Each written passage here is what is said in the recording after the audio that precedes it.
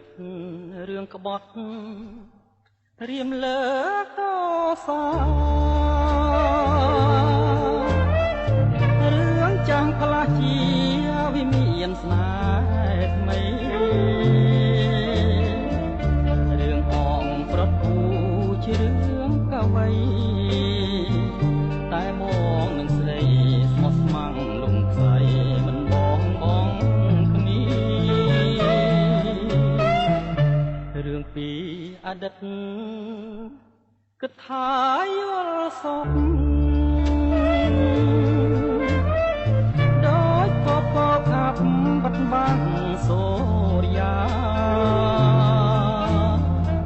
ថ្ងៃរាំងភ្លៀងរាំងជើងមេឃលឺថ្លារស្មីស្នេហាបំភ្លឺចិន្តារៀមនឹងចរណៃសៅភិនីមាបងអើយកូនយើងភ្ញាក់ហើយឈុំយំទៅថ្លៃថ្ងៃបាំងរសៀលឺសំលេងរៃដូចចំរៀងស្រីបំពេរូបដីឲ្យកេងកាយក្លែងរឿងច័ន្ទគោរពឈប់កណ្ដាលព្រៃមរាក្បត់ដីជារឿងអាស្រូវរឿងយើងខុសគេមិនដូចទេបើបំភ្លេចចោលទៅស្នេហ៍យើងគង់នៅរាប់ពាន់ឆ្នាំអើយ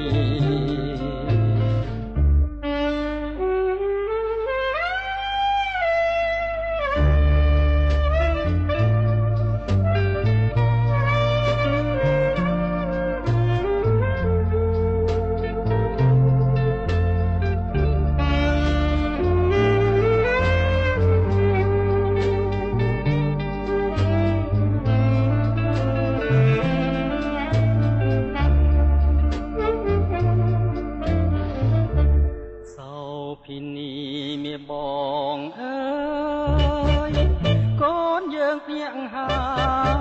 យឈុំយំទៅថ្លៃថ្ងៃបាំងរសៀលលឺសំលេងរៃដូចចំរៀងស្រីបំពេរូបដីឲ្យកេងកាយភ្លើរឿងច័ន្ទគោរពឈប់កណ្ដាលព្រៃមរាក្បត់ដីជារឿង